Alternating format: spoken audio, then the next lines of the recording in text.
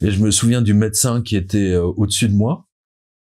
Parce qu'il avait, il avait, vous savez, ils ont des badges. Et je voyais, en fait, je voyais Gabriel. Je me dis, putain, là, je suis mort, en fait. Non, mais sérieux. C'est l'ange Gabriel, oui. Oui. Et en fait, c'était le docteur Gabriel. Il s'appelait comme ça. Qui me mettait des petites baffes. Est-ce que ça va mieux? Qui prenait mon pouls, machin, etc. J'ai jamais su ce qui m'était arrivé.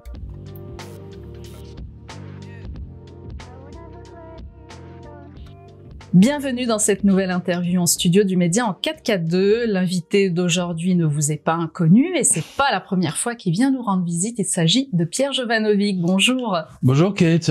Merci pour votre invitation. Merci à vous d'être parmi nous.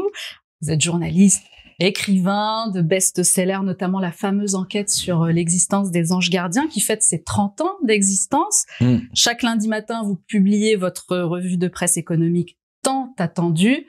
Merci d'être avec nous parce que vous débutez tout juste la promotion de votre livre, dernier livre pour lequel vous êtes là aujourd'hui, 888, l'humour noir et les pouvoirs surnaturels du Christ, aux éditions Le Jardin des Livres.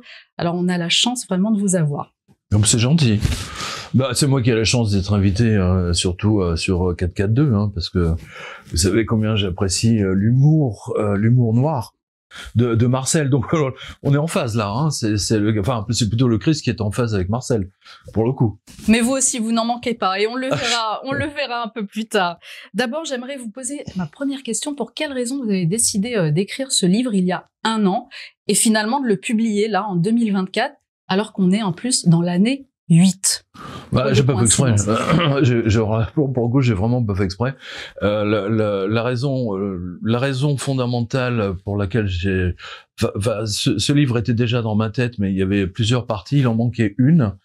Et j'ai retrouvé une interview d'un des grands spécialistes de la CIA. Et d'un seul coup, ça a été le déclic dans ma tête. Et du coup, j'ai pu mettre ensemble tout un tas de choses qui étaient disparates. C'est comme un puzzle qui me manquait en fait. Et du coup, maintenant c'est cohérent. Tout est cohérent, je trouve. Et c'est le complément absolu d'abord des Anges Gardiens, mais surtout des livres précédents, 777 ou La Planche à billets. On le voit bien. Et d'ailleurs, il y a une partie sur Wall Street dans le 888 qui est totalement hallucinante, littéralement, mais je pense que vous y viendrez. Alors ce livre, c'est aussi un pont entre la vie et la mort, parce que vous le débutez avec un triste événement, celui de l'enterrement de votre ami Paul Vermus, qui a été journaliste, et cet événement va vous amener à enquêter et finalement à découvrir en fait le fil. Vous l'avez dit, c'est un puzzle que vous avez, à découvrir un mystère en fait, à mettre la... Exactement, en fait, il s'est passé mais l'enterrement, Paul Vermus donc était une célébrité de la presse. Bon, maintenant plus personne ne sait qui c'est parce que c'est le sort de tous les journalistes célèbres de tout ce qui est audiovisuel, c'est-à-dire du jour au lendemain ils sont plus à l'antenne, c'est terminé, c'est fini, au bout de 2 ans c'est terminé. Vous demandez à un garçon de 18 ans ou 20 ans qui est Patrick Poivre d'Arvor, ils sont strictement, ou Claire Chazal, ils en ont strictement aucune idée, vous voyez. Mais ce qui était intéressant avec Paul Vermus, c'est que depuis 40 ans en fait, il invitait toutes les célébrités, les acteurs, les grands chefs, les stars, les journalistes, les écrivains, etc., les peintres, et surtout les politiques défilaient devant son micro, devant ses caméras en permanence. Et donc j'avais pensé très sincèrement qu'il y aurait beaucoup plus de monde, à son enterrement. C'était même surprenant d'ailleurs, même Philippe Tesson, feu mon patron qui lui aussi a rejoint les Anges, c'est le cas de le dire, n'est pas venu, vous voyez. Donc aller à l'enterrement de quelqu'un, en fait les gens n'aiment pas ça, voilà, parce que c'est un miroir de leur propre mort, voilà, c'est aussi simple que ça. Et je me suis retrouvé parce qu'il n'y a même plus de volontaires en fait pour porter son cercueil pour franchir les 10 derniers mètres pour son bien immobilier définitif. Et une fois qu'on l'a déposé dans sa future tombe, je regardais j'observais la scène. Vous savez, c'est un peu comme le tableau de Courbet, un enterrement à Ronan, je crois. et c'était assez triste, c'était assez intemporel, et en plus il faisait beau, donc c'était très étrange. Et puis je regardais, mon regard se promenait en fait sur tout le reste des tombes, et je me suis dit, mais les mecs, ils ont vraiment... c'est vraiment des cochons, quoi. Ils ont salopé toutes les tombes, il y a des pierres, des gravats de partout. Vous voyez ce que je veux dire? J'ai pas fait... Et puis à un moment donné, je me suis vraiment rendu compte qu'en fait, il y avait une logique dans ces gravats. Et voilà, et c'est parti de là. C'est-à-dire que un enterrement juif, effectivement, même si là, bon, il y a beaucoup de gens qui ont apporté des fleurs, bien entendu, mais après, lorsqu'on visite une tombe, on n'apporte pas enfin les juifs du moins n'apportent pas de fleurs, contrairement à ce qui se passe dans le pays de l'Est où on apporte de la Schlivovitz, vous voyez, on offre même des cigarettes aux morts. Donc bon, là, si je retourne voir Paul, je vais lui apporter des cigares. Et je mets ça sur sa tombe. Mais non, les juifs non, ils déposent juste des galets, des pierres, juste pour me montrer qu'ils sont passés. Voilà. Et c'est ça qui est intéressant. Et c'est d'un seul coup, j'ai compris, si vous voulez, l'enchaînement avec Pierre, parce que c'est quelque chose c'est un mystère depuis 2000 ans. Hein. Tu es Pierre et sur cette pierre, je vais bâtir mon église. Je veux dire, quand il a dit ça à Pierre, l'autre, il a rien compris, quoi. C'est une évidence. Et en plus, oui, et c'est la raison pour laquelle le Christ, à l'instant où il l'a rencontré, il a changé immédiatement son nom de manière à ce que tout soit cohérent, y compris 2000 ans plus tard, ou 1000 ans plus tard, ou 300 ans plus tard. Et c'est l'un des 8, c'est l'un de l'infini, si vous voulez. C'est que la basilique Saint-Pierre à Rome est la preuve absolue pour moi, et c'est ce que je montre dans ce livre, de l'existence du Christ. C'est-à-dire tous ceux qui doutaient disaient oui, mais tout ça c'est une invention, c'est un conte pour enfants, c'est des conneries. Ils étaient superstitieux, c'était le Moyen Âge, enfin c'était même pas le Moyen Âge, c'était quasiment le néolithique. Le Christ n'a jamais patati patata, enfin bon, vous connaissez tout ça. Eh bien si, le Christ a existé, et c'est la raison pour laquelle justement, pour qu'on s'en rende compte aujourd'hui, c'est la preuve absolue. Il a construit, effectivement, il a rendu hommage à son ami Pierre sur sa tombe. Il a posé des pierres, pas qu'une seule, il en a fait une église entière. Voilà. C'est purement merveilleux. C'est l'incroyable étendue du pouvoir du Christ, qui est définitivement un Dieu, mais qui dépasse. Enfin, je veux dire, c'est incompréhensible pour nous. Vous savez, quand j'ai écrit ce livre, je faisais des allers-retours comme ça, dans le passé, dans le futur, dans le passé, dans le futur. Et d'ailleurs, vous avez vu, tout le livre est comme ça. On fait des allers-retours, c'est intemporel, et en même temps, il est toujours là. C'est ça qui est incroyable. Même si tous les PNQ qui servent de prêtres aujourd'hui ne sont pas à la hauteur, mais peu importe, lui, il est là. Voilà. Alors, et exactement. Et ce livre permet de retrouver la connexion indépendamment de tous ces PNQ. Pardon.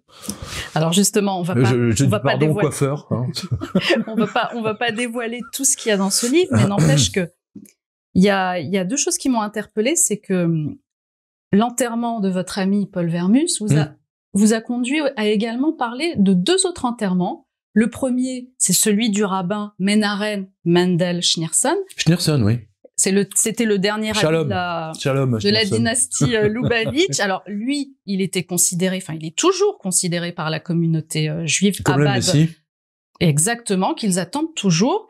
Et puis vous avez également pris l'exemple de l'enterrement de Pablo Escobar, que vous avez comparé à celui du Padre Pio en termes de notoriété et de masse, de marée humaine, parce que le narcotrafiquant colombien au sein de votre écriture devient un peu un Robin des Bois. Voilà, ça, mais c'est un Robin des Bois. Ça, j'ai été assez étonnée de lire. Alors, pour quelle raison vous vous êtes attaché, pour quelle raison ces deux personnages, en fait, vous ont interpellé? Non, alors pour plusieurs raisons. C'est le principe de l'ange gardien, l'ange gardien que vous avez là.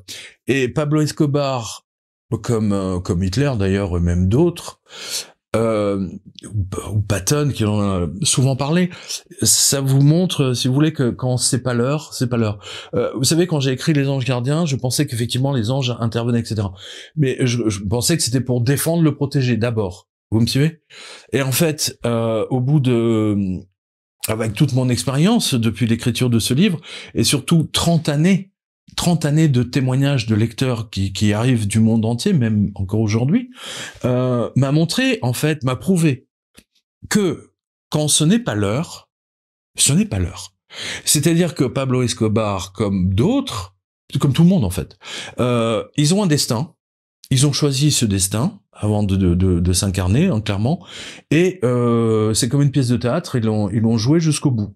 Et c'est ça qui est absolument. Alors on peut effectivement dire d'Escobar, oui, c'est un criminel. Oui, évidemment, c'était un criminel. Mais il avait ce côté Padre Pio, c'est-à-dire qu'il a fait profiter enfin, du moins les pauvres, les moins que rien, comme dit Macron. Il les a recouverts d'argent, parce qu'il avait tellement d'argent, il sait même pas quoi en faire. Hein. Il leur a acheté des maisons. À des milliers de personnes, des maisons individuelles, clés en main, pauvre, tiens, toi t'es un pauvre, bah tiens, je te donne la maison avec la télé et la frigo installée dedans. Vous dites aussi, il a aidé à construire des hôpitaux, des écoles. Absolument, exactement. Comme le Padre Pio. Le Padre Pio a construit un hôpital avec tous les dons qui venaient du monde entier. Une fois sa sainteté, enfin que le public s'est rendu compte de sa sainteté alors que le Vatican faisait tout pour qu'il disparaisse. Vous me suivez? C'est toujours intéressant, hein, de constater ça. Donc vous voyez que et ce qui est intéressant avec la tombe de Pablo Escobar, c'est que il ne répond plus aux prières. Vous voyez, alors que Thérèse de Lisieux, qui a été enterrée quasiment dans l'anonymat, et surtout Pierre, qui a été jeté comme une poubelle, parce que le Vatican à l'époque, c'était là où on enterrait tous les gilets jaunes de l'époque, hein, les esclaves, voilà, c'était quelque chose de pourri. Et c'est là où Pierre a été enterré. C'était sur cette colline du Vatican. Vous me suivez? Et c'est ça qui est intéressant, si vous voulez. Moi, j'aime bien les preuves par opposition. On m'a toujours appris ça en journalisme. C'est-à-dire quand j'interviewe quelqu'un, c'était de mettre en cause totalement tout ce qu'il dit et en même temps de mettre à sa place pour comprendre pourquoi il me dit ça. Vous me suivez? Enfin oui, forcément, vous me suivez. Parce que vous faites la même chose. Donc, c'est quelque chose qui m'a beaucoup servi. Et d'ailleurs, dans le livre, on le voit bien. Les preuves par opposition fonctionnent très très bien. Ce que j'appelle les preuves miroirs, puisqu'un miroir, c'est inverse. Hein, voilà. Et Pablo Escobar est vraiment un très très bon dénominateur commun à l'ensemble. C'est le Robin des Bois moderne, hein, c'est clair. Bon, il était quand même un peu plus violent enfin, même nettement plus violent. C'était même quelqu'un d'horrible, hein, techniquement, mais en même temps de très bon et de très gentil. Allez comprendre. Vous voyez, cette espèce de dichotomie, de division de la personnalité, et en même temps très très catholique. Vous voyez, par exemple. Si vous prenez des protestants américains, un dealer de drogue, un gros dealer de drogue protestant américain, lui, il va pas construire des écoles. Lui, il va payer une université pour que éventuellement sur le hall de littérature générale, que ça s'appelle docteur le hall du docteur Raphaël Martin. Vous voyez, enfin ils mettent toujours leur nom dessus. Hein, voilà, c'est tout ce qu'ils font. Puis ils font des dons aux universités. Voilà, ça va pas plus loin. Mais s'occuper des pauvres, bon là c'est autre chose. Là c'est pas leur truc. En tout cas, on y reviendra un peu plus tard parce que le cartel colombien a une résonance particulière dans votre livre et on y reviendra à un événement spécial d'ailleurs. Non, mais c'est extraordinaire. C'est ce que je vous parlais justement des preuves par opposition. C'est ça qui est intéressant. Les preuves par opposition et tout ce qui se passe en ce moment en Amérique du Sud, c'est tellement effrayant qu'on est du coup pas du tout surpris qu'il y ait autant de phénomènes surnaturels sur lesquels d'ailleurs en France personne ne parle. Hein, c'est tout à fait incroyable. Alors que les télévisions colombiennes, brésiliennes, enfin tout, je veux dire, c'est vraiment c'est ça qui est marrant en Amérique du Sud, dans tous les pays, c'est-à-dire que ils sont capables de vous tuer pour un rien, mais en même temps et juste après ils vont aller dans une église et réciter 10 Ave et 5 Notre Père. c'est ça le truculent, c'est du Gabriel Garcia Marquez. Là on est dans du Gabriel Garcia Marquez, hein, il est colombien, hein, voilà, je vous invite à lire toutes les lignes de Gabriel Marquez, c'est nickel, c'est super, c'est de la littérature de très haut niveau. C'est grâce à vous si nous continuons notre combat. Seuls vos dons et vos abonnements depuis cette rentrée sont notre unique soutien. Alors merci à tous et merci de votre fidélité. Alors le fil d'Ariane est indéniablement celui de Jésus-Christ dans votre livre que l'on retrouve à travers toute votre écriture. Alors je voudrais souligner que tout de même ce livre ne s'adresse pas qu'aux catholiques ou aux chrétiens, ce n'est pas un livre théologique. Ah non, c'est pas un livre catholique. Bien au contraire, vous émettez une vive critique de l'Église et notamment du Vatican. Virulente même. Oui, très virulente parfois votre écriture. Pour quelle raison? Qu'est-ce qui vous dérange chez les hommes d'église? Ce qui me dérange, si vous voulez, c'est leur hypocrisie, mais depuis des siècles, hein. C'est pas nouveau. C'est-à-dire que l'Église a toujours été composée majoritairement d'homosexuels. Alors moi, j'ai rien contre les homosexuels, hein. Ils font ce qu'ils veulent, ils jouent au train marchandises comme ils veulent. Mais le problème, si vous voulez, c'est que les homosexuels, pendant très très longtemps, les vrais surtout, ont toujours détesté les femmes. Et c'est quelque chose qu'on voit très bien, si vous voulez, dans les textes de Saint Paul. Bon, je ne vais pas rentrer dans les détails parce que c'est de la théologie, mais dans l'absolu, l'Église aujourd'hui est totalement... Je parle pas de l'Église du Christ, on soit bien d'accord.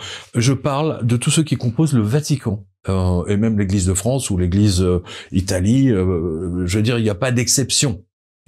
À ne pas mélanger, ne mélangez pas ça avec les orthodoxes. Qu'on soit bien d'accord. 80% des prêtres sont homos. Voilà. Et tout fonctionne par la promotion canapé. Bon, vous me suivez? Donc, il y a quelque chose de totalement perverti dans cette église, qui vous disent que vous êtes un pécheur parce que vous avez divorcé. Hein, donc, c'est vraiment... voilà, c'est un grand péché. Dans les années 50-60, la masturbation, c'était un péché. Là, c'est un péché de mort. Vous voyez, et la femme devait être pure, la femme n'avait pas de sexualité, la femme, c'était l'identité de la Vierge, hein, c'est-à-dire une reproduction, seul un ange pouvait lui faire un enfant. Voilà, c'est toute cette clique d'homos pervertis qui ont donné pendant des siècles leur morale sexuelle et qui ont empêché les gens de vivre leur sexualité normalement. Vous savez, moi j'ai écrit un livre qui s'appelle Le mensonge universel, hein, qui montre très bien, si vous voulez, que le texte d'Adam et Ève, la femme soi-disant qui a péché, machin, c'est des conneries, d'une vaste connerie. Ça vient d'un texte sumérien, qui est un texte érotique d'abord, et d'ailleurs qui se termine très bien, et dans lequel vous retrouvez une histoire de côte qui a été mal traduite, mais on va pas en parler là, mais c'est extrêmement intéressant. Le Vatican le sait depuis 1913, que le texte de la Genèse est complètement faux, archi faux, et que Ève n'a pas commis de péché, contrairement, mais ils se sont servis de ça, vous voyez, pour nous culpabiliser vos parents, vos grands-parents. Moi, mon père m'a raconté une anecdote qui est assez dingue. Il s'était marié dans les années 58, je crois, 59, et et avec sa femme, il s'installe chez la belle-mère, hein, parce que bon, il y avait pas de machin immobilier, etc. en attendant. Et le soir même de leur noces, donc sa belle-mère lui dit j'avais laissé la porte ouverte parce qu'il est hors de question que vous vous livriez au péché. Non mais vous voyez un peu le truc. Dans les pays en Italie, en Espagne, les femmes devaient se revêter d'un sac avec juste l'ouverture au niveau du sexe pour que la reproduction puisse se faire pour avoir des enfants, mais surtout qu'on ne puisse pas toucher le corps de sa femme. Vous voyez, donc c'est des malades mentaux, et j'ai tout un chapitre là-dessus. Ça vient de Saint Paul. Et tous ceux qui sont aujourd'hui aussi bien dans l'Église de France ou Vatican, eh bien c'est la même catégorie, c'est cette clique de dingue je crois que c'est même des pervers en fait. Et je rends hommage à Frédéric Martel pour son livre Sodoma, parce qu'il a interviewé plus de 1500 prêtres et franchement, je lui tire mon chapeau, ma chapka même, parce qu'il a fait un travail absolument remarquable, qui montre le dévoiement total de l'Église. Mais c'est effrayant. Est-ce que justement il dit c'est la cage aux folles. Est-ce que justement c'est cette perversion de l'Église et des hommes d'Église qui fait qu'ils ne croient plus, qu'ils n'ont jamais cru peut-être au pouvoir surnaturel de Jésus. Mais bien sûr, c'est pour ça qu'ils détestent le surnaturel. Vous avez par exemple, vous savez, j'ai écrit il y a longtemps, il y a un livre qui s'appelle Notre-Dame de l'Apocalypse, et dans lequel il y avait son l'aide de camp enfin c'est pas l'aide de camp parce que c'est quoique de tout est possible, de Jean 23, du pape Jean 23. On va dire qu'il était très proche de Jean 23. C'était son secrétaire particulier, voilà. Mais c'est un garçon extrêmement fin, intelligent, etc., brillant. Et il était là quand ils ont ouvert l'enveloppe, la fameuse enveloppe de la voyante, machin. Et Jean 23 il dit mais emportez-moi ça aux objets trouvés, quoi. Il ne croit absolument pas au surnaturel. C'était même pas envisageable. Jean 23, c'est celui qui aurait voulu se débarrasser du Padre Pio, par exemple. vous me suivez? C'est heureusement il est parti assez vite et heureusement Paul VI a pu quand même même on lui connaissait des affaires de garçon. Et en ce qui concerne le Benoît XVI, moi quand faisais des reportages à Rome, les Romains son surnom c'était Josepha. Vous voyez, donc tout est dit. Je veux dire, et vous avez dans mon livre vous avez la liste de tous les papes encore. Elle n'est pas exhaustive, hein, de tous les papes qui se sont livrés. Moi j'aime bien, vous savez, le pape qui avait violé la femme d'un moine. Les moines sont censés être célibataires, mais oui, ils étaient mariés, c'était marrant. Et donc le moine a tué le pape, il l'a jeté par la fenêtre. Vous voyez, et c'est que ça, le Vatican, c'est que ça. Alors pas tous n'étaient pas comme ça, mais je veux dire, je pense que c'est la nature humaine qui est comme ça, voilà, et que le Christ effectivement joue là-dessus comme il peut. Il a une vision globale. La preuve, c'est que la basilique de Rome, Saint-Pierre est là. Saint-Pierre est là. Il a été enterré là. Voilà, ses os, on les a. Mais à la limite, on s'en fout. C'est même on s'en fout de ses os, on s'en fout. Ce qui est extraordinaire, c'est la phrase. C'est sur ta tombe que je vais créer mon église. Il a déposé une pierre, puis une deuxième, puis une troisième, puis une quatrième, etc., jusqu'à faire la basilique. C'est aussi. Vous savez, l'autre jour, j'étais interviewé par un journaliste très catholique qui me disait. Pour moi, c'est un mystère. Depuis 50 ans, j'essaie de comprendre cette phrase. J'ai jamais compris pourquoi. Toujours en la seconde où il est rencontré, tiens, tu t'appelles Simon, mais tu vas t'appeler Pierre. Comme ça, sans raison. Je veux dire, c'est un peu comme on se rend compte, tiens, vous êtes Kate, mais je vais vous appeler Muriel. Bah, oui, enfin, ça n'a pas de sens. Il a fait ça à personne d'autre. Hein. Il y a qu'à Pierre, uniquement à lui. Voilà. Donc, et aujourd'hui, vous avez la preuve absolue de sa présence. Il suffit d'aller à Rome. Voilà, c'est tout. C'est aussi simple que ça. Alors, on n'a pas seulement cette preuve-là qu'il existe, on a d'autres preuves, parce que vous le dites, Jésus-Christ a beaucoup d'humour noir, il joue un peu au chat et à la souris avec nous. C'est ça. Alors, il y a un événement que j'ai retenu, c'est celui qui s'est déroulé en novembre 99, en direct, à la télévision. C'était sur France 2, exactement, qui s'appelait Antenne 2. Voilà, à l'époque, certainement.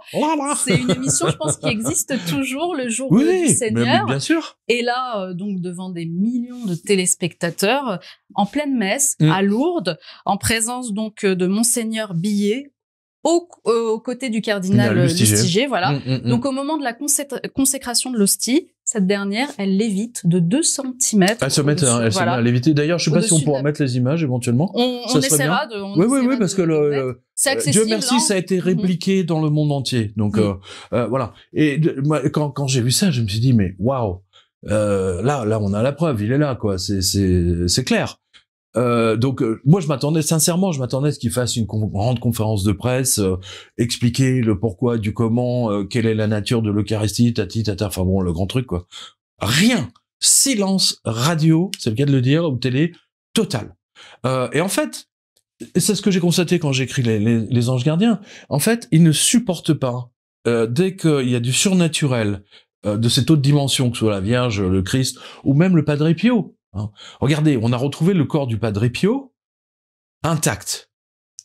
Vous voyez, à l'époque où j'ai écrit le livre, il était en catégorie 2. Et là, il remonte en catégorie Formule 1, quoi. C'est les saints Formule 1. C'est-à-dire, non seulement son corps est incorruptible, donc déjà rien que ça, c'est un miracle en soi, il faut le rappeler. Voilà, donc ils ne supportent pas le surnaturel. Vous savez pourquoi? Parce que ça les met en face de leurs propres contradictions et surtout de leurs propres péchés.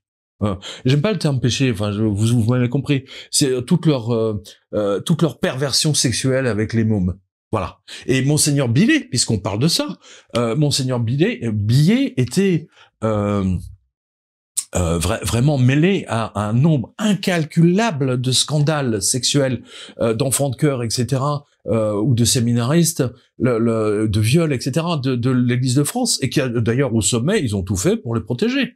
Ça a toujours été la règle du Vatican et de chaque Église de chaque pays. On les protège, on les exfiltre.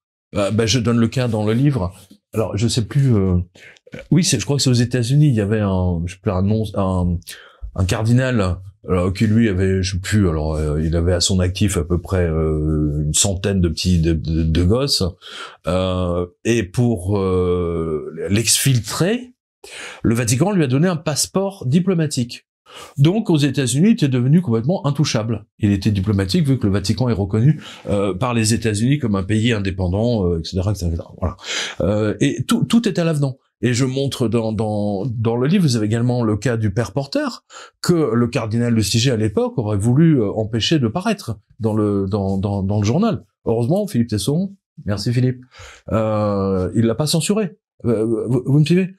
Et aujourd'hui, ils peuvent plus censurer. Avec les réseaux sociaux, maintenant, c'est fini. C'est-à-dire que attendez, pas plus tard, je sais pas, c'était avant-hier. J'ai encore vu passer une dépêche, je me souviens plus, mais c'est encore un prêtre qui était mis en garde à vue pour je ne sais plus quelle histoire de viol ou enfin bon, peu importe. Enfin, c'est toutes les semaines quasiment, toutes les semaines, véritablement. Ce sont des malades mentaux. Je veux dire, vous ne pouvez pas donner. Je veux dire, le simple fait de fabriquer des prêtres qui doivent faire un trait sur leur sexualité, c'est déjà les rendre dingues, littéralement. Vous n'avez pas ce problème avec les orthodoxes. Vous n'avez pas ce problème avec les juifs ou chez les protestants. Ça n'existe pas. Vous me suivez? C'est quand même très très important. Et donc il y a une espèce de schizophrénie au sein de l'Église catholique due à ces prêtres qui continuent à suivre l'esprit de Paul. Voilà. Moi, je suis outré, scandalisé qu'il y ait certaines églises qui s'appellent Saint-Pierre, Saint-Paul. Moi, je rappelle que Pierre était marié. Hein, voilà, c'était pas un dingue. Alors que l'autre, Paul, c'est un malade mental, quoi. Il y a Montillet qui est dans son livre, elle dit si tu n'aimes pas les femmes, si tu détestes les hommes, avec qui tu couches, avec les enfants, pour une interrogation. Voilà, ben ça a donné il est en avance de 10 ans, hein, Montillet. Ça a donné tous les scandales qu'on a vus depuis 20 ans maintenant. Et c'est pour ça que les églises sont vides. Hein. Voilà. Sur les pouvoirs surnaturels du Christ, il y a un autre événement que j'aimerais évoquer, c'est celui qui s'est déroulé dans un petit village du Mexique, au moment où deux prêtres et une sœur distribuent les hosties. Et à un moment, la bonne sœur voit qu'une des hosties commence à à se teinter de couleur rouge et à laisser un liquide s'échapper. Donc elle ne comprend pas. Là, l'évêque décide de mener une enquête, c'est-à-dire mais de tenir l'affaire surtout secrète. Hein, c'est leur grand truc, ça. Hein. Dès qu'il y a du surnaturel. Alors ça s'est passé dans plusieurs endroits, voilà, oui, dans plusieurs endroits. Partout, ouais. Et des analyses sont réalisées, et à chaque fois, c'est quasiment les mêmes résultats. On retrouve en fait un tissu vivant qui proviendrait du cœur. Qui provient du myocarde, du myocarde, voilà, et d'un endroit spécifique. Alors bon, les cardiologues, je crois que je cite un cardiologue dans le livre, mais précisons si vous voulez que cette hostie qui se transforme en myocarde, c'est le myocarde qui est celui d'un homme qui souffre et qui est vivant et qui est à 2 secondes de mourir. C'est ça qui est invraisemblable. Je veux dire, vous pouvez pas faire des faux comme ça, c'est pas possible. Et surtout des faux dans le monde entier. Je veux dire, et attendez, les cas que je donne dans le livre aujourd'hui, c'est la partie dont on a pris connaissance. Parce que dans 90% des cas, le Vatican et tous ces curés de bazar tiennent l'affaire secrète ou même l'évacuent littéralement pour que ça ne remonte pas au public. Alors que les protestants, eux, le montrent. Alors c'est ça qui est incroyable. Vous voyez, les catholiques surtout, on ne parle pas de ça, alors que les protestants sont les premiers à en parler. C'est très bizarre. Enfin non, c'est l'ouverture d'esprit des protestants est infiniment plus grande que celle des cathos. Ça, je l'ai toujours remarqué. J'avais déjà remarqué à l'époque quand j'ai commencé à écrire sur les anges. Parce que les mecs, vous savez, tous les cathos au cul serré, ah oui, mais je suis sûr que vous êtes intéressés par le diable. Mais qu'est-ce que c'est une connerie? Attendez, Gabriel, c'est pas un diable. Stop! Vous voyez ce que je veux dire? Non, mais c'est des malades mentaux. Et c'est l'Église catholique, du moins une partie de l'Église catholique, est aussi schizophrénique, si vous voulez, que le Dieu des Juifs. Oui, ce Dieu vengeur qui veut tuer tout le monde du moment qu'ils sont pas juifs ou pas cathos. Vous voyez ce que je veux dire? C'est la même idée. C'est très étrange. C'est très bizarre. Cette Église doit être... je parle pas de l'Église du Christ, à nouveau, je parle des prêtres. Là, il faut vraiment une révolution. Il faut une révolution. Sinon, je pense que ça va vraiment disparaître, hein, littéralement. Ah, voilà. D'ailleurs, regardez toutes les églises vendues, sont transformées en discothèques, en hôtels, que sais-je encore, ou en propriété privée. Non mais c'est quand même incroyable. Le Vatican financièrement ne pourra pas tenir comme ça longtemps. Hein. Vous savez d'ailleurs qui gère leurs affaires? C'est la JP Morgan. On trouve toujours les mêmes. Ils ont une entité qui gère tous les bureaux, etc. Et là, le Vatican, je vous fais une parenthèse. Avec la crise de l'immobilier de bureau qui est en train de dévaster les banques en ce moment même, alors à la minute où on se parle, le Vatican, lui, possède justement des milliards en valeur de bureaux, notamment en Angleterre, aux États-Unis, etc. Et aujourd'hui, toutes ces possessions, si vous voulez, sont dévalorisées totalement. Moi, j'invite vos spectateurs à aller sur la revue de presse parce qu'il y a un article, par exemple, il y a le fonds de pension canadien qui a vendu, ils avaient acheté pour 80 millions de dollars une part dans un truc de bureau, dans un immeuble de bureau sur Park Avenue, l'équivalent des Champs. Et là, ils s'en sont débarrassés, tenez-vous bien, pour juste $1 symbolique. Donc, ça vous montre bien qu'il y a un problème qui est en train de se passer, et ça va affecter le Vatican d'une manière absolument phénoménale. C'est comme un tsunami. Ça va être intéressant à observer. Ils vont tout vendre. Ils pourront pas tenir les églises très très longtemps. C'est ça. Et en plus, ils ont été ruinés par toutes les affaires qui sont sorties et tous les procès qu'ils ont eu aux États-Unis. Le pape était au Portugal l'année dernière, l'été dernier. Il était à Lisbonne de mémoire, et il a été obligé de présenter ses excuses à un groupe d'adultes qui ont été violés par des prêtres portugais quand ils étaient enfants. Vous me suivez? C'est effrayant. Cette église est totalement dévoyée.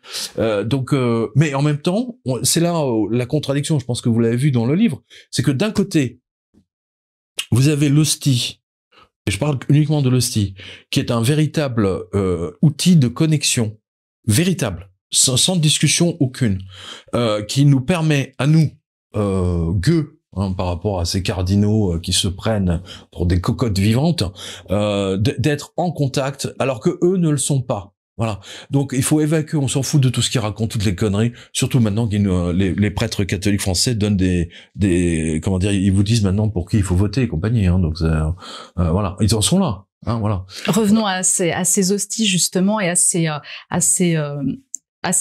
surnaturel qui est arrivé avec la présence donc d'un morceau de cœur, cet organe vital. Vous en faites le lien justement. Alors c'est un miracle normalement eucharistique. Vous en faites le lien également avec l'usage du cœur des cartels colombiens. Racontez-nous. Parce que moi, ce qui m'a intrigué, c'est une phrase dans votre livre où vous dites « J'ai vu et je confirme que cette méthode qui consiste à sortir le cœur d'un ennemi se pratique aujourd'hui. » Ça m'a... J'en ai m'en parler dans la chair de poule, la chair de poule de partout. Oui. Ouais, mais je les ai vus, je suis effectivement... et pourquoi vous avez fait ce lien justement entre ces miracles eucharistiques et cette pratique des cartels? Parce que tous les miracles sur les hosties ont un lien direct. Et là, je prends tous les cardiologues qui nous regardent. Il y a un cardiologue italien, notamment, qui a donné des explications très justes. C'est toujours au niveau du myocarde. Donc voilà, on est au cœur du sujet, si je puis me permettre. Voilà, c'est le cœur du Christ. Voilà, c'est vraiment le cœur du Christ. Oui, parce qu'on n'a pas rappelé aussi que le résus retrouvé, AB négatif, c'est un des trucs, c'est un des centaines de trucs complètement surnaturels auxquels on assiste, mais dont personne ne veut vous parler, littéralement. Et moi j'ai fait mais vous avez raison de le remarquer parce que c'est extraordinairement intéressant. Moi c'est Gérard de Villiers qui m'avait raconté cette histoire. Quand il était au Cambodge pour écrire un de ses livres, où il avait vu, je crois que je parle là dans le livre, on peut peut-être montrer ce passage, où il a vu un soldat, il a pris un soldat mort et un autre soldat du camp opposé bien sûr, il a découpé le foie. Et Gérard de Villiers, il était, mais qu'est-ce qu'il fait et il demande au général, je sais plus quoi, enfin bon bref. Et mais pourquoi il lui prend le foie? Il va le manger, c'est pour lui prendre ses forces. Et en fait, si on recule un petit peu dans l'histoire, j'ai lu par exemple pour ce livre beaucoup d'ouvrages sur l'anthropophagie, d'ailleurs c'est vraiment très intéressant. On a deux cas très précis, c'est-à-dire que vous mangez, vous savez dans les cités, vous savez j'ai vu même sur YouTube, mange tes morts, mange tes morts. C'est ce qui est marrant, c'est qu'ils savent même pas de quoi ils parlent, quoi. C'est ça qui est drôle, parce que vous avez des endroits sur cette planète où on mange ses morts. Voilà, on mange le mort. Pourquoi on le mange? Pour être en contact avec lui en permanence, pour qu'une partie de lui soit en nous, hein, voilà, et pour qu'on ait ce pont, cette connexion invisible en attendant notre propre mort. Grosso modo, c'est l'idée. Hein, voilà. Et ensuite, vous avez l'autre cannibalisme qui consiste à manger l'ennemi. C'est-à-dire, on l'a tué, donc on va lui prendre son cœur, et c'est ce que font les cartels aujourd'hui. Les Colombiens ont inauguré, si je puis dire, cette méthode charmante, très poétique, hein, de bizutage. Il faut prendre un mec vivant avec un couteau, on lui ouvre la poitrine, on le sort comme les Aztèques, hein, voilà. Et pour être membre du clan, il faut manger son cœur vivant. Voilà. Bon, c'est pas très ragoûtant, c'est pas tout à fait là aussi facile que manger la Nutella, mais ça fait partie des rites d'initiation. Voilà. Et c'est vieux comme le monde. C'est vieux comme le monde. Or, que fait le Christ? Il nous dit exactement la même chose. Et personne n'a jamais osé faire ce rapprochement. Du moins, personne n'a jamais osé en parler. Sauf les ennemis, évidemment, du christianisme. Les Romains étaient les premiers. C'est quoi votre Dieu à la con qui vous incite au cannibalisme, hein? Il y a plein de textes là-dessus. Les Japonais disaient... avec les premiers jésuites qui étaient arrivés, vous savez, avec les shoguns, ah bon, il y a un nouveau dieu qui est arrivé, etc. Et il vous promet la vie tout de suite après la mort. Formidable. Bon, on va tester tout de suite sur vous, quoi. Ils les ont crucifiés d'office sur du bambou. C'est terrifiant. Bah, je veux dire, tout un tas de jésuites qui sont morts en compagnie de Saint François Xavier et d'autres. Hein. C'est des histoires absolument délirantes. Et puis, n'oubliez pas tous les mecs en Afrique. Hein. Il faut manger votre Dieu. Bah non. Ah bah formidable. Bah nous on va vous manger. Comme vous avez déjà mangé votre Dieu. On fait coup double, hein, d'une pierre, si j'ose dire, deux coups, hein, sans vouloir faire de l'humour noir, enfin si un peu quand même.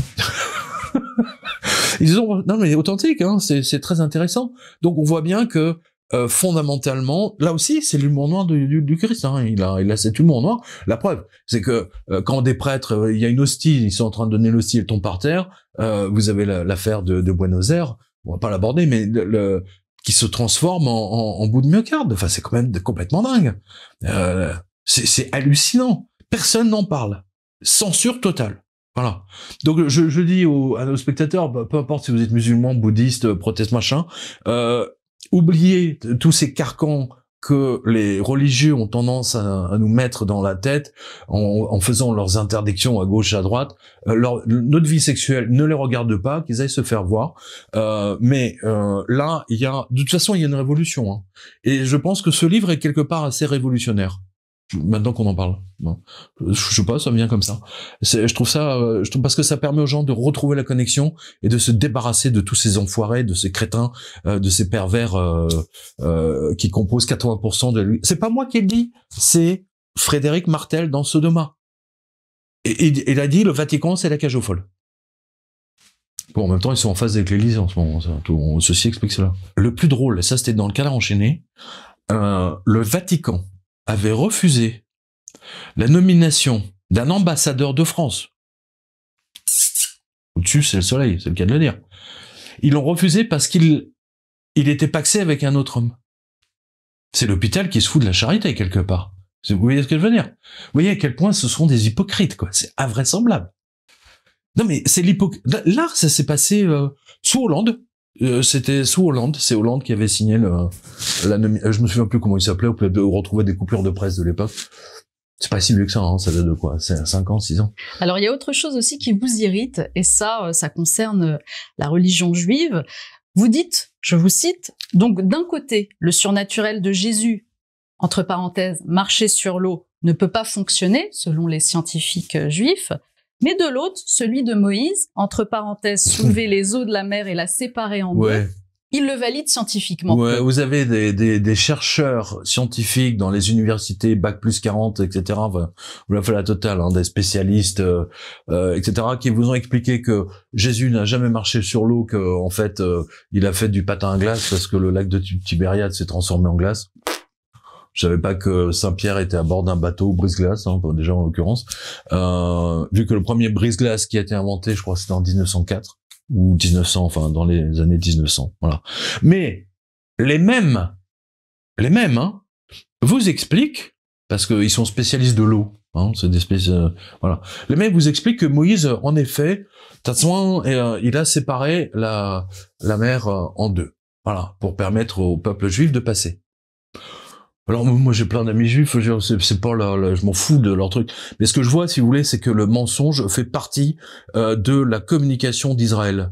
Tout le temps. Bah, l'affaire Epstein, hein, voilà. Ehud Barak était l'officier traitant d'Epstein et de Ghislaine Maxwell. Enfin surtout de Ghislaine Maxwell. Et la télévision israélienne, ils en sont arrivés même à fabriquer des faux trucs en disant mais vous voyez Jésus en fait il est jamais mort sur la croix. D'ailleurs on a retrouvé son frère. En fait le scandale a été tel dans le monde feutré de l'archéologie biblique, vous savez, ils sont tous là à se pignoler toute leur vie avec ah mais on a retrouvé des os, patati patata. Et en fait ils se sont fait avoir. Mais pendant 2 ans, vous avez un autre qui a fait des émissions en disant que Jésus n'est jamais mort sur la croix, que tout ça c'était des conneries, et ainsi de suite. Un travail de démolition systématique de tout ce qui touche au christianisme primitif. Voilà. Donc là, effectivement, j'ai été assez virulent là-dessus. Autant j'adore tout ce qui est le mysticisme juif, notamment des Lubavitch. Ça, c'est extraordinaire. Là, je peux vous dire que c'est exceptionnel. Ils ont une mystique, si vous voulez, qui remonte quand même aux Sumériens. Donc ça fait 6000, 7000 ans, si vous voulez, de sillon surnaturel qui est là. Et seuls les Lubavitch aujourd'hui l'ont. Vous savez, quand on écrit un livre comme ça, je veux dire, on est transporté. Hein, on est porté quelque part, de la même façon que j'ai été transporté entre guillemets pour écrire Les Anges, mais comment dire, être transporté, si vous voulez, quand on écrit un livre sur le Christ. Et encore, je vous dis, c'est pas un livre de niais, c'est pas un truc qui vous présente un Christ niais, hein, gentil, il est tout gentil, il est plein d'amour et patati et patata. Non, le Christ est traumatisé. On le voit dans ses miracles. On le voit. Il fait pas des miracles genre au Zénith ou oui un concert des Rolling Stones comme le fait la Vierge. Hein.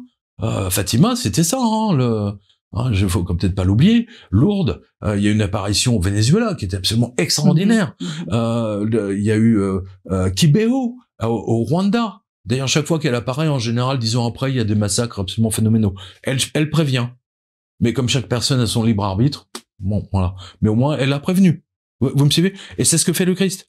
Je vous le dis, je suis là, je peux faire des miracles.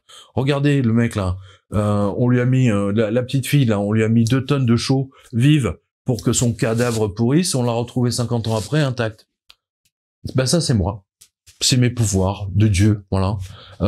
Mais je suis bienveillant, je me suis incarné en homme pour voir ce que c'était. Hein. Grosso modo c'est ça. Mais il est sorti traumatisé. Hein.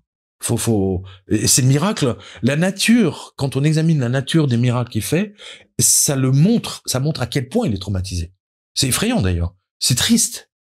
C'est triste, mais en même temps, c'est grand. Voilà. Bon, en tout cas, c'est quelqu'un qui me touche beaucoup. J'ai jamais aimé, si vous voulez, le Christ. Vous savez, moi, j'ai servi la messe en latin quand j'étais enfant. Et l'après-midi, parce que nous, à l'époque, l'école, c'était tous les matins jusqu'à 1h. Et ensuite, c'était libre. Et donc, moi, j'allais chez les dominicaines pour apprendre le latin, le grec, le calcul. Enfin, bon, bref, tous les trucs, les cours particuliers supplémentaires. Voilà. Ils m'ont toujours laissé une image un peu d'un Christ un peu niais, quoi. Enfin, mais le Christ qui sort de ce livre, enfin, je sais pas ce que vous en pensez, parce que vous l'avez lu, mais ça n'a rien à voir. Mais ça n'a rien à voir. Et surtout quand on le compare à ce qu'a fait la CIA, l'unité de la CIA, mais c'est complètement délirant. Voilà. Et on voit que lui, il maîtrisait ça comme ça. Alors que les mecs de la CIA sont obligés de s'entraîner pendant 1 an et ensuite s'enfermer dans un frigo, littéralement dans le noir avec des casques, ondes θ, bêta, bruit rose, bruit machin, juste pour pouvoir sortir de leur corps et essayer de voir à distance.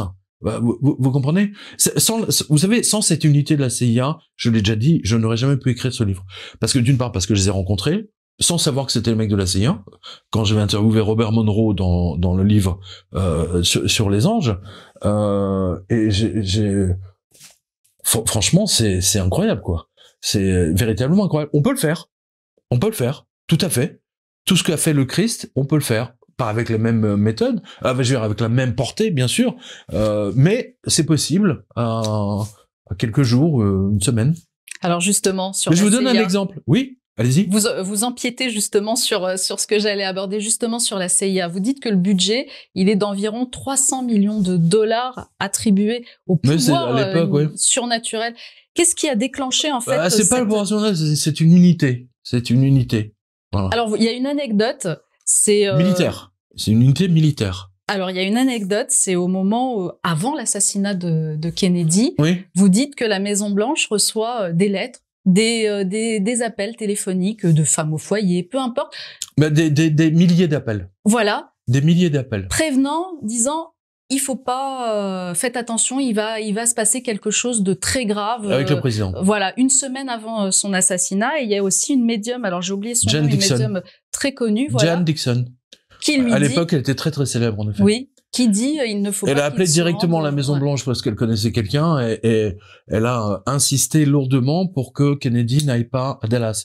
Mais c'est un peu comme l'assassinat de César. Quand c'est pas l'heure, c'est pas l'heure. Mais quand c'est l'heure, quand on a rendez-vous, là je vous renvoie aux anges gardiens. Quand les anges organisent la chose. Vous l'avez expérimenté vous-même. Je l'ai expérimenté, c'était pas mon heure. Vous me suivez? C'est très important de comprendre ça. Mais une fois qu'on a lu les anges, ou surtout 888, je pense que là, on se rend vraiment compte qu'il y a une autre dimension. Parce que l'unité de recherche de la CIA l'a fait. Mais vous savez, comme avec les protestants, eux ne s'intéressent qu'à leurs propres petits intérêts ou financiers. Parce qu'ils auraient pu dire, écoutez, on a fait des découvertes formidables, etc. Pas du tout. Tout ça est resté secret pendant très très longtemps. Et même aujourd'hui, 80% de tout ce que j'ai pu récupérer, tout est biffé en noir, etc. Donc, et encore, ça c'est la partie entre guillemets qui a été rendue publique, à cause des lois typiquement américaines. Mais eux se sont servis de ça pour aller espionner. Voilà, pour aller espionner, pour se projeter hors du corps. Et alors, il y a cette anecdote formidable que j'aime beaucoup. Vous savez que les Russes avaient tendance à poser des micros un peu partout. Vous savez, moi j'ai publié un livre au Jardin en tant que directeur littéraire sur l'assassinat de Khashoggi. Et les Saoudiens, donc au consulat d'Istanbul, ne savaient pas que le MIT, le MIT plutôt, le turc, avait placé des micros partout dans les murs et qui étaient indétectables en plus. Donc, les services secrets turcs ont enregistré l'agonie de Khashoggi, son assassinat, et même comment ça a été filmé et retransmis pour le MBS, pour Mohamed Ben Salman. Vous me suivez? L'association d'idées que je viens de faire, ou tout à fait inattendue, mais bon, elle est que l'unité de la CIA, on lui a demandé de voir où les Russes allaient poser les micros dans la nouvelle ambassade qui était construite à Moscou par les Américains. Donc c'est la nouvelle ambassade américaine. Et donc ils ont distribué ça à plusieurs spécialistes, officiers et sous-officiers. Et les réponses qu'ils ont obtenues le lendemain, il y avait tout qui partait, ça partait dans tous les sens. Mais il y avait rien qui collait, strictement rien. En fait, ils ne voyaient pas l'ambassade. Et pourquoi? Parce qu'en fait, on a découvert plus tard que les Russes avaient déjà commencé à mettre des micros déjà dans le sol avant même qu'ils aient véritablement commencé. Et donc du coup, et les Russes ensuite ont imposé des travailleurs, des ouvriers du bâtiment russe, alors que les Américains voulaient faire venir des Européens ou des Américains, pour qu'il n'y ait pas de Russes trop. Voilà. Et donc du coup, comme les deux pays ne se sont pas entendus sur le fait oui ou non ouvriers russes ou pas, les Américains ont dit puisque vous voulez pas, on arrête. Et ils ont arrêté la construction. Et du coup, mais les mecs à qui on avait demandé 2 ans, 3 ans auparavant de voir où étaient posés les micros, bah, c'est normal qu'ils ne voyaient rien parce que ça ne s'est pas passé. Vous me suivez? Donc ils n'ont pas pu aller aussi loin dans le temps. C'est ça qui est intéressant. Vous voyez? Donc c'est possible. C'est là. Oui, j'aime bien ces genres de preuves par opposition, miroir opposition, parce que ça montre que ça fonctionne. Voilà. Et surtout, ce livre, effectivement, vous l'avez dit, c'est la suite, 888 est la suite de l'enquête sur l'existence des anges gardiens, parce que ça ouvre l'esprit sur autre chose, en fait. C'est une ouverture d'esprit sur ce qu'il y a de plus grand que nous, en fait, finalement. Et il faut pas se fermer, peut-être, faut être ouvert au surnaturel, finalement, au pouvoir du Christ. En fait, c'est Robert Monroe. Vous savez, moi, j'ai rencontré Monroe, j'ai passé 3 jours chez lui, dans son centre, là, avec tous les mecs de la CIA, donc c'est assez marrant. Monroe disait que chaque personne était une tour Eiffel, avec une antenne d'émission, de radio. C'est-à-dire que tout le monde, tous nos spectateurs, chaque personne est une tour Eiffel, et toutes ces pensées sont émises dans le champ. C'est comme des ondes radio, tout simplement. Nos pensées sont des ondes radio. Et que ces ondes de 5, 6 milliards ou 7 milliards d'habitants sur Terre, ça, en fait, c'est pour ça que c'est très dur pour les anges, ou pour les inspects, comme les appelle Monroe, de descendre de notre côté, enfin vraiment, parce qu'il faut traverser, c'est une couche extrêmement épaisse. C'est un peu comme de la mélasse. Vous me suivez? Physiquement, même hors du corps, c'est pas évident à traverser. Voilà, c'est ça que je voulais dire. Enfin, c'est ce que dit Monroe, et c'est ce que disent tous les gens qui ont expérimenté. Exactement, voilà, qui ont expérimenté tout ça. Vous le verrez d'ailleurs dans le livre qu'on vous a offert là, parce que c'est ce qu'il appelle la bande M, comme Moïse. Je précise que Robert Monroe était un athée, mais c'était un ingénieur acoustique. C'était un spécialiste des fréquences radio, et il installait des grandes antennes pour les radios, et lui-même était propriétaire d'une chaîne de radio FM, AM aux États-Unis. Donc c'est un mec vraiment ingénieur acousticien, cartésien, voilà, comme on les aime bien, comme on trouve dans l'armée, quoi. Et il ne supportait pas qu'on parle d'anges, de la Vierge, de toutes sortes de trucs religieux. Il détestait ça. Il disait, moi je veux rester dans un truc vraiment scientifique, parce que c'est la seule façon de se sortir du côté religieux.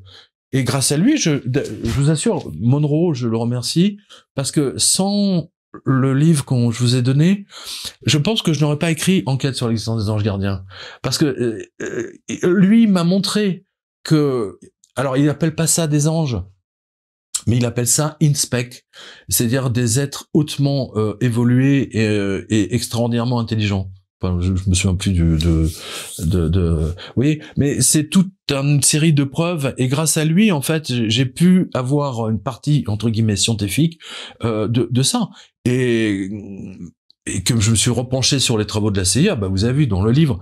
De toute façon, le chapitre 4 de ce livre donne une dimension tous les lecteurs là, les premiers lecteurs me le disent, me disent mais je peux pas le lâcher, là, c'est quand même dingue ce que vous racontez. Je dis bah non, vous pouvez tout vérifier. Les sources sont, c'est ma spécialité. Les sources justement, je les partage. Moi, je partage toujours mes sources, comme dans la revue de presse.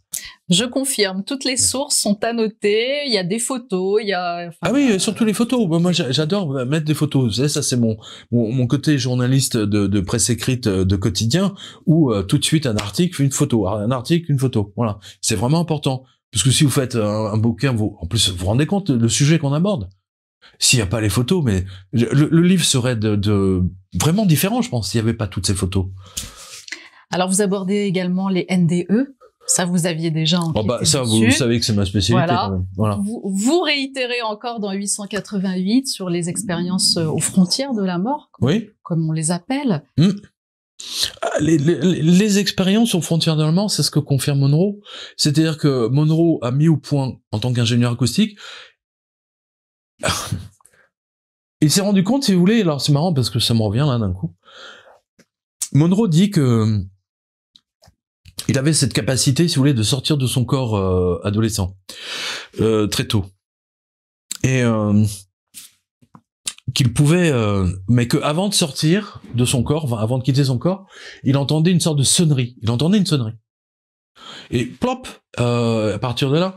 Et donc, en tant qu'ingénieur acousticien à nouveau, spécialiste des fréquences radio, il a essayé de reconstituer ce son, de manière à voir s'il pouvait, avec les sons, il pouvait déclencher lui-même ses sorties du corps.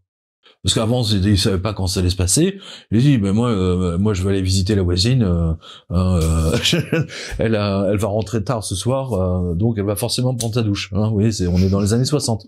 Voilà. Bah oui, quand t'es ado, il le dit lui-même. Hein, voilà, il le dit lui-même. Avant de voyager, de monter dans les différentes strates, il a commencé d'abord par tourner autour de la maison et du voisinage. Hein. Grand classique, voilà. Et je vous fais une anecdote parce que ça m'en vient. Hein. Un jour, j'étais avec Liane Folly. On était à table avec 2 personnes et d'un seul coup, alors moi je venais d'atterrir. J'étais en décalage horaire mais complet et j'étais à côté d'elle et d'un seul coup, j'ai entendu une sonnerie dans ma tête et je suis tombé dans les pommes, littéralement. Et je me suis réveillé, j'avais un médecin au-dessus de moi. Vous voyez, ça c'était il y a longtemps, il y a 20 ans. Et je me souviens du médecin qui était au-dessus de moi. Parce qu'il avait, vous savez, ils ont des badges. Et je voyais Gabriel. Je me dis, putain, là, je suis mort, en fait. Non, mais sérieux. C'est l'ange Gabriel, oui. Et en fait, c'était le docteur Gabriel, il s'appelait comme ça, qui me mettait des petites baffes, est-ce que ça va mieux, qui prenait mon pouls, machin, etc. J'ai jamais su ce qui m'était arrivé. Si, je sais que j'avais bu 2 coupes de champagne, plus décalage horaire, paf. Et la pauvre Liane Folly, elle qui voulait justement qu'on fasse une interview ensemble, ça s'est pas fait, comme on dit. Alors, il y a le cas aussi d'un jeune homme en France, alors je sais plus comment il s'appelle, qui lui s'est livré en quelque sorte à la science, qui a fait des sorties de corps comme ça, très très tôt. Il était à l'école, il faisait des sorties de corps, et là, en fait, il s'est livré à la science pour qu'on l'étudie, en fait, pour qu'on étudie son cas. Donc, je sais plus comment il s'appelle, mais en tout cas, voilà, ce n'est pas que Monroe non, mais c'est dans tous les pays. À expérimenter, en tout cas, cette... Non, attendez. Tout le monde... Il y a beaucoup de gens qui ont expérimenté ça. Moi, j'ai discuté avec des karatékas. J'ai discuté avec, vous savez, dans les sports violents, les sports de combat. Attendez, il y en a plus d'un qui est parti de l'autre côté quand il s'est pris un coup et qui s'en est pas remis. Les boxeurs. Demandez aux boxeurs. C'est un truc qu'ils connaissent très bien en règle générale. Vous me suivez? La différence entre Monroe et tous les autres, c'est que Monroe, lui, en tant qu'ingénieur intellectuel, il a dit, je veux tout savoir là-dessus, je veux savoir comment ça fonctionne, et je mets tout par écrit, je fais des tests scientifiques, voilà. Et c'est quand il a publié son livre, c'est lui qui a attiré l'attention des généraux de la CIA. Sans Monroe, il n'y a pas cette unité spéciale d'espionnage à distance de la CIA et de la NSA. Nada, rien. C'est lui et d'ailleurs c'est lui qui les a formés. Je vous dis, je les ai vus. Je les ai vus parce que dans le sang à l'Institut Monroe, il y avait ils avaient des lits à 2 étages. Je me souviens parce que moi, à l'armée, on avait des lits à un étage, des lits militaires, vous savez. Là, eux, ils avaient 2 étages. Donc, vous voyez, les Américains, tout est toujours plus grand, plus machin. C'est à l'américaine. Alors, dans ce livre, on parle du surnaturel, de Jésus-Christ, on parle du numérique, on parle de la CIA, on parle aussi de la finance. Mais tout va ensemble. Avec la finance ? Écoutez, alors là, je laisse aux spectateurs de découvrir parce qu'ils pourront s'en servir. Ils pourront s'en servir, justement. C'est intéressant. Parce qu'il va de soi qu'il y a des gens qui ont essayé de battre Wall Street. Le Dow Jones, etc. Donc, vous savez, moi j'ai écrit 666 avant. Ne l'oubliez pas. La planche à billets qui va faire tomber toute, qui est déjà en train de le faire. Voilà. Et c'est une relation avec le fameux miracle dont le Vatican ne veut pas parler. La pièce d'argent dans la bouche du poisson. Quand il dit à Pierre, va sur la plage, le premier poisson que tu vas attraper, il y aura une pièce dedans, une pièce en argent. Tu vas pouvoir payer notre péage à la porte de Capharnaüm. Je crois que c'est la ville de Capharnaüm, le village de Capharnaüm. Voilà. Donc, vous voyez, le Christ pouvait avec un seul pain, ou même il pouvait en fabriquer 4000, 5000, il pouvait transformer le vin, l'eau en vin. Hein, la bonne nouvelle, c'est ce que je dis, bonne nouvelle avec lui, c'est qu'il n'a pas transformé le vin en eau, hein, contrairement à beaucoup d'autres qui ne supportent même pas qu'on puisse boire un peu de vin. Oui, lui au contraire, c'était un bon vivant quand même, hein, précisons-le. Moi, ce que j'ai envie de dire, c'est aussi que votre livre dépasse toutes les frontières finalement. Qu'on soit musulman, bouddhiste, peu importe. Oui, sa ou même religion, athée, voilà, c'est ça. Voilà. Oui. Ce livre parle à tout le monde finalement. Enfin, il parle à tout le monde sauf aux cathos, parce que je ne veux pas qu'il parle aux cathos, parce que les cathos, là, ça les énerve, parce que je leur mets la tête dans le seau, oui, en leur disant mais comment pouvez-vous accepter une telle église corrompue? Déjà, rien que ça. Vous me suivez? C'est ça qui est terrible. Hein. Ça, vous leur en voulez. Vous pouvez pas. Ils ont détruit le message du Christ. Même en ce moment, ils l'ont détruit. Ils ont détruit la sexualité de nos parents, grands-parents, ancêtres, etc. Ouais, je vous rappelle, 14e, 15e siècle, si vous observiez tous les interdits que tous ces bandes de mots prêtres ont établis pour les gueux, c'est-à-dire nous, on ne pouvait faire l'amour que peut-être 5 fois, peut-être 10 fois dans l'année. Parce qu'après, si vous voulez, quand la femme avait ses règles, c'était même pas envisageable. Pâques, c'était même pas envisageable. 10 jours avant, 20 jours avant, 10 jours après. Noël, 10 jours avant ou 20 jours après. Ascension, 10 jours avant. Enfin, vous voyez toutes les interdictions de vivre sa vie sexuelle ou simplement d'être heureux. Hein, voilà. Ces gens, si vous voulez, alors que eux ripaillaient comme des malades. Je donne le cas de ce moine du XIe siècle qui rapporte comment tous ces prêtres vivaient des partouzes tous les soirs.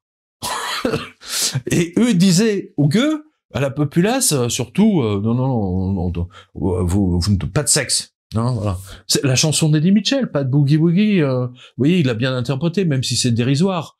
Mais ça reflète toute une époque. C'est celle d'Eddie Mitchell, mais c'est celle de nos parents, grands-parents et ainsi de suite. Vous me suivez? Carmina, vous savez l'œuvre de Karl Orff, le compositeur allemand. Carmina Burana, ce sont des chants du XIVe siècle qu'il a retrouvé et qu'on chante en latin, hein, Totus Floreo par exemple, et qui en fait montrent à quel point les moines sont dévergondés. Déjà à l'époque, vous voyez, c'est pas nouveau. C'est pas nouveau. L'Église, les prélats de l'Église ont interdit à la population, disant non, surtout pas le sexe, c'est un péché de chair. Hein, vous êtes une insulte à notre Seigneur Jésus-Christ. Ils s'en foutent complètement. Je veux dire, c'est pas. Vous me suivez? Vous devez être aux femmes, vous devez être comme la Vierge, pure, immaculée. Rappelez-vous le principe de l'Immaculée Conception, qui est vrai d'ailleurs, qui est exact. Mais ça ne concerne que la Vierge, personne d'autre. Alors, sans vous adresser au Vatican ni aux hommes d'Église, qu'est-ce que vous diriez aux catholiques qui vous écoutent alors? Écoutez, moi je m'adresse à tout le monde, je ne m'adresse pas spécialement aux catholiques, mais je pense qu'il y a beaucoup de catholiques, enfin comme moi si vous voulez, où tous ces interdits, toutes ces hypocrisies, je les encourage à retrouver, parce que là c'est vraiment, je me rends compte que ce livre est devenu une véritable reconnexion avec le Christ, avec sa dimension, et en expliquant pourquoi tout ce qui existe aujourd'hui ne fonctionne plus, tout simplement. Et vous n'avez pas besoin, alors là je suis d'accord avec les protestants, en grande partie, vous n'avez pas besoin d'une bénédiction d'un prêtre, même si effectivement on le voit, c'est quelque chose d'important. D'ailleurs on le voit dans la lévitation de cette hostie quand même, hein, c'est important, hein, parce que n'oubliez pas, le pouvoir d'un prêtre, il nous vient en ligne directe. C'est un sillon temporel ou intemporel, comme vous voulez, qui remonte jusqu'à 2000 ans en arrière. C'est comme un courant marin sur lequel vous vous calez. C'est comme une onde radio sur laquelle vous vous calez. Et là, vous entendez le truc. Et donc l'hostie, c'est ça. L'hostie vous remet, effectivement, elle amplifie votre connexion avec le Christ. Ça, c'est sûr. Mais vous n'avez pas besoin des prêtres forcément pour parler au Christ ou pour être en phase avec lui. Et surtout pour retrouver la foi. Moi, je ne demande pas qu'il parle au Christ, je demande simplement regarder. Il y a des trucs surnaturels incroyables qui se passent aujourd'hui même Mais aujourd'hui, devant tout que les chaînes de télévision sud-américaines retransmettent souvent même en direct, etc.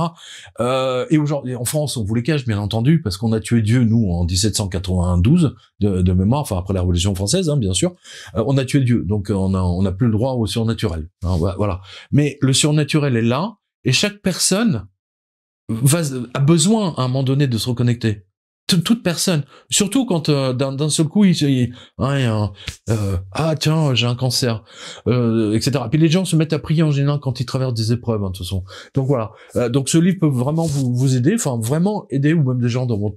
Enfin bon, vous verrez. C'est moi je pense qu'il aura la même carrière que les Anges Gardiens. Moi, j'aurais jamais imaginé que 30 ans après, il serait toujours là, hein, je vous assure. J'en doute pas. C'est très très rare. Si vous me le permettez, Pierre, j'aimerais résumer votre livre par une phrase qui est de vous, qui est dans votre livre, et vers le tout début, et vous me direz si j'ai tort ou pas. Le Christ est définitivement le maître du temps universel, le maître de toutes ces secondes qui nous rapprochent inexorablement vers sa dimension. Mon royaume n'est pas de ce monde, voulant dire que son royaume se trouve dans une autre dimension et dans laquelle on finira également. Bien sûr. J'adresse à Meir Habib. Hein. Meir Habib, ta montre, tu sais, ta grosse montre là, qui coûte de 30 000 €, je sais pas combien. C'est l'heure du Christ que t'as ta montre. Hein, c'est pas ton Messie Schneerson. Tant pis pour toi. Merci beaucoup, Pierre, d'avoir Merci été à vous, notre merci à vous, invité. Kate. Hein. Merci, c'est gentil comme tout. Si vous êtes et merci à Marcel. Ben oui, surtout on l'oublie pas, Marcel. Surtout, on n'oublie pas Marcel. On n'oublie pas Marcel. Si vous êtes d'accord, je vais vous inviter à signer notre livre d'or. Ben, avec plaisir. Vous connaissez la tradition. Merci beaucoup.